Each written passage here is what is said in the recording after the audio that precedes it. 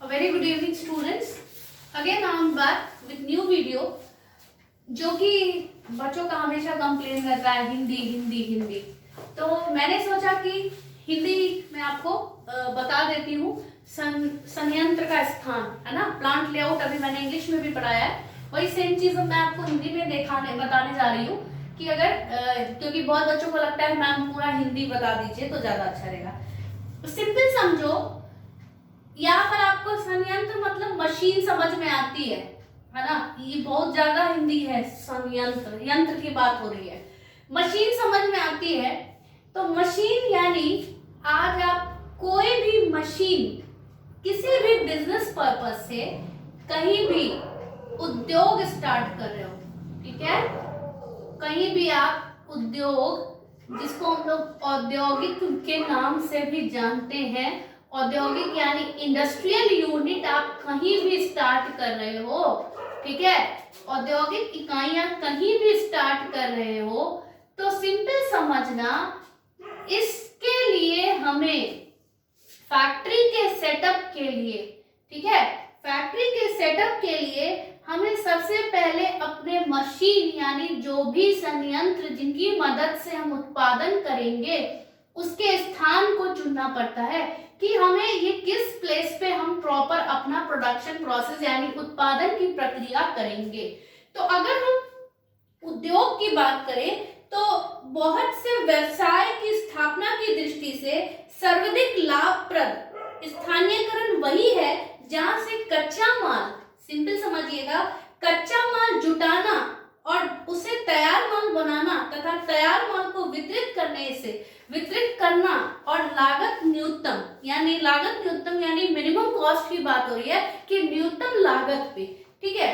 तो आज हम अगर कोई भी चीज का प्रोडक्शन कर रहे हैं यानी उत्पादन कर रहे हैं, तो जो भी कच्ची सामग्री है ना, कच्चा माल या कच्ची सामग्री से जो हम फिनिश गुड्स बनाते हैं, है ना, आज हमारे पास जो भी कच्चा माल है उस रॉ मटेरियल से जो हम तैयार माल बनाते हैं, फिनिश गुड्स मतलब क्या होता है, तैयार माल, है ना, उस पूरे प्रोसेस को, और हम यहाँ पर पूरे प्रोसेस को क्या कहा जाता है, तो इस पूरे प्रोसेस को उत्पादन कहा जाता है। लेकिन इस प्रोसेस को करने के लिए हम ये माल बनाएंगे कैसे, रखेंगे कहाँ, मशीनों का क्या उपयोग रहेगा, पूंजी कितनी लगेगी, कितना हम उत्पादन करेंगे, तो सारा संयंत्र का स्थान हमारा बता देता है। तो अगर हम बात करें सिंपल राइटर्स के डेफिनेशन की, तो बहुत के राइटर्स ने बहुत से डेफिनेशन दिए हैं, लेकिन आप रॉबर्टन्स के अनुसार जाइएगा कि विशिष्ट क्षेत्रों के कुछ विशिष्ट उद्योगों के आकर्षित होने, विकसित होने तथा केंद्रित होने प्रवृत्ति उद्योगों के स्थानीयकरण के नाम से संबोधित किया जाता है। सिंपल समझिए वही है, बस आपकी जो लैंग्वेज है उसको थोड़ा सा और टफ बना के दे दिया है। तो संयंत्र का स्थान यानी जहां भी हम कोई भी उद्योगपति कोई भी लाभ कमाना या कम लाभ प्राप्त होता है तो पूंजी की विनियोगता और कम प्रतिफल मिलता है।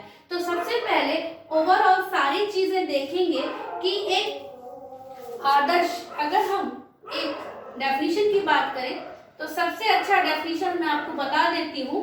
क्या लिखिएगा आदर्श स्थानीयकरण, ठीक है, आदर्श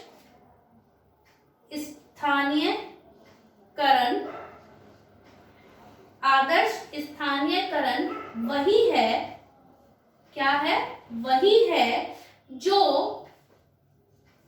वस्तु या सेवा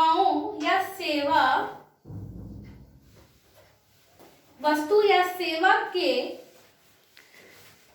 उत्पादन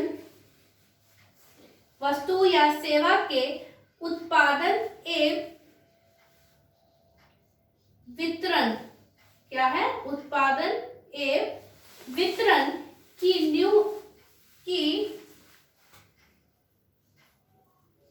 न्यूनतम लागत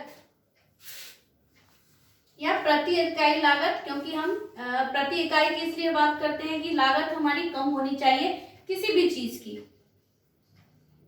है ना। तो प्रति इकाई लागत को संभव बनाती है। सिंपल समझिए, ये इजीली डेफिनेशन हो गया।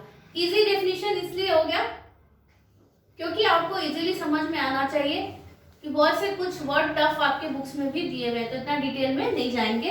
आदर्श स्थानीयकरण वही है जो वस्तु या सेवा के उत्पादन एवं वितरण को या वितरण की न्यूनतम प्रति इकाई लागत को संभव बनाती है। सिंपल, अगर हमें एक अच्छे प्रोडक्शन प्रोसेस को चलाना है तो जो भी हम गुड और सर्विसेज प्रोड्यूस कर रहे हैं, तो हमारा मेन टारगेट क्या रहता है? यहाँ पर डिस्ट्रीब्यूशन की बात हो रही है और कॉस्ट की बात हो रही है। तो एट मिनिमम कॉस्ट, है ना, एट मिनिमम कॉस्ट हमें कोई भी चीज को बना देना विद द हेल्प ऑफ और विद इजीली डिस्ट्रीब्यूशन, यानी जिसको हम आसानी से डिस्ट्रीब्यूट भी कर सके, यानी इसका वितरण भी हम कर सके। वितरण यानी मार्केट में वितरण करना। जैसे आप समझते होंगे कि कोई भी माल आप बना रहे हैं तो उसको आप वितरण करते हैं, यानी जहां जहां आपका माल जाता है वहां वहां बेचते हैं। अब कहता है कि स्थानीयकरण के कारण क्या है ना, कॉजेस ऑफ लोकलाइजेशन। अब हमको एक बात बताइएगा, अगर आप कॉजेस ऑफ लोकलाइजेशन की बात करें, है ना, किसकी बात करेंगे? कॉजेस ऑफ स्थानीयकरण के जो कारण है वो क्या है?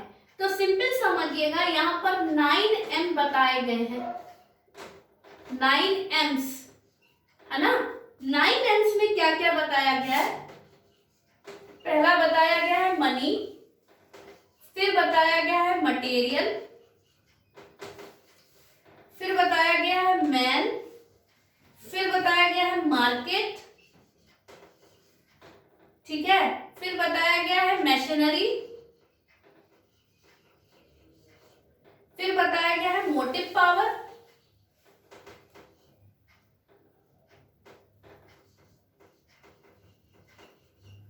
और फिर बताया गया है means of transport, means of transport,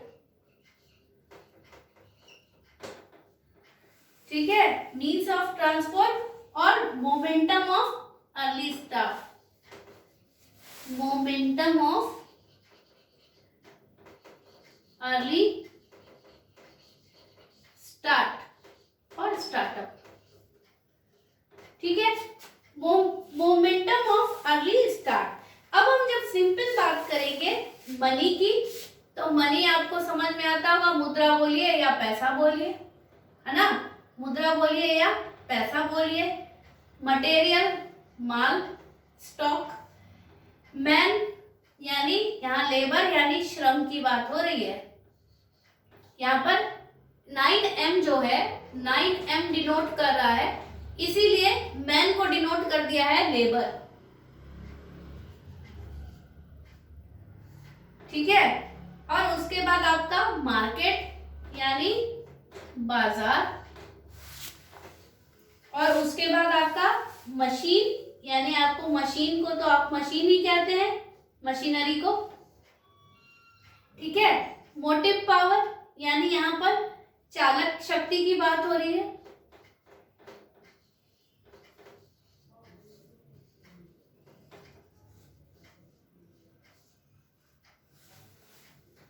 और उसके बाद है आपका मीन्स ऑफ ट्रांसपोर्टेशन यानी यातायात की बात हो रही है,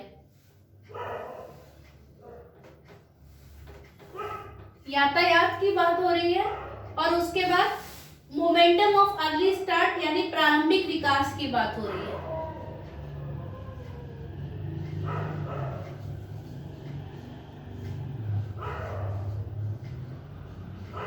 ठीक है। किसकी बात हो रही है? प्रारंभिक विकास की बात हो रही है। तो सिंपल जब हम बात करेंगे कि आज अगर हम क्या क्या कारण है स्थानीयकरण के, तो सिंपल पहले मनी, अगर आपके पास पैसे की कमी है तो भी आपको स्थान बदलने यानी संयंत्र का, मशीन का स्थान डिसाइड करने में समय लगता है।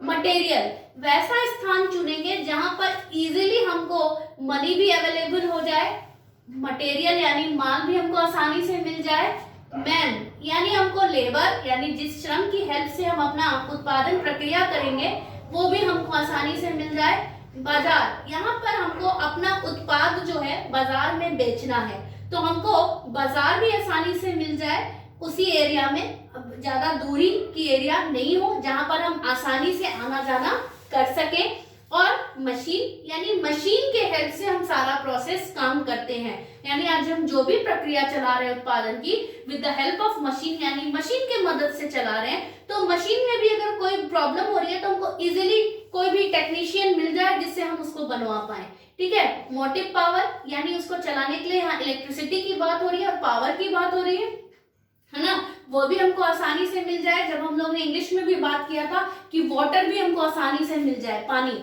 उसके बाद है मीन्स ऑफ ट्रांसपोर्टेशन यानी ट्रांसपोर्ट यानी यातायात, यहाँ से हमको किसी को भी माल भेजना है कहीं भी तो हम बीच में होंगे तो हम आसानी से कहीं भेज सकते हैं, लेकिन अगर हम शहर के एक कोने में होंगे तो हो सकता है कि हमको माल को भेजने में, अपने स्टॉक को भेजने में, यातायात करने में प्रॉब्लम्स आए। और उसके बाद आपका लास्ट पॉइंट है that is known as momentum of early start यानी प्रारंभिक विकास, यानी जब आप कोई भी चीज की शुरुआत करते हो तो शुरू में आप चाहते हो कि आपका जो है डेवलपमेंट्स हो, है ना, तो चीजों पे जब आप ध्यान दोगे तभी आपका डेवलपमेंट्स पॉसिबल है।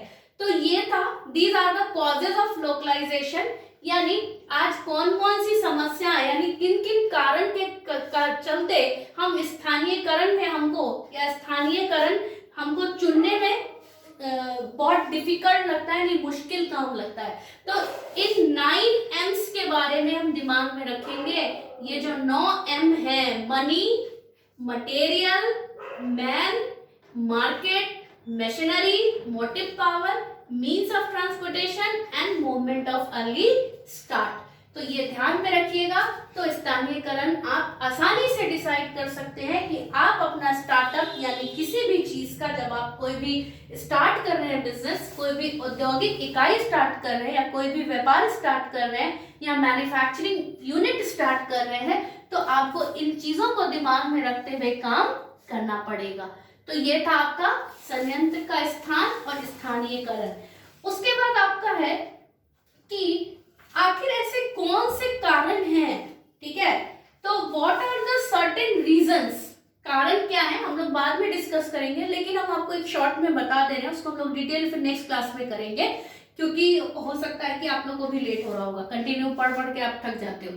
तो सिंपल समझो, अगर हम कारण की बात करेंगे तो कुछ ज्योग्राफिकल कारण है ना, कुछ भौगोलिक कारण है जिसके चलते हम स्थानीयकरण, सही स्थान का हम चुनाव नहीं कर पाते हैं, ठीक है। उसके बाद कुछ राजनीतिक कारण है, कुछ पॉलिटिकल कॉजेज हैं, कुछ आर्थिक कारण है ना, और कुछ प्राकृतिक कारण है। वो हम लोग डिटेल में पढ़ेंगे। प्राकृतिक यानी प्रकृति से रिलेटेड, आर्थिक यानी हमारी अर्थव्यवस्था से रिलेटेड, ज्योग्राफिकल यानी भौगोलिक यानी हमारे भूगोल से रिलेटेड कि कहीं पर समतल जमीन है, कहीं पर पहाड़ पठार है, तो वहां पर भी अपने प्लांट और मशीनरी जो है स्थापित नहीं कर सकते हैं, तो वो हम लोग डिटेल में जाएंगे। अभी मैंने एक शॉर्ट बताया है ना।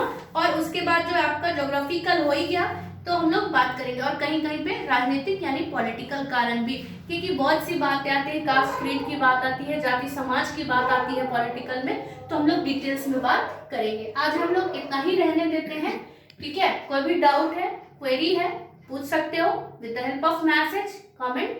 Thank you and have a nice day. Like, share and subscribe.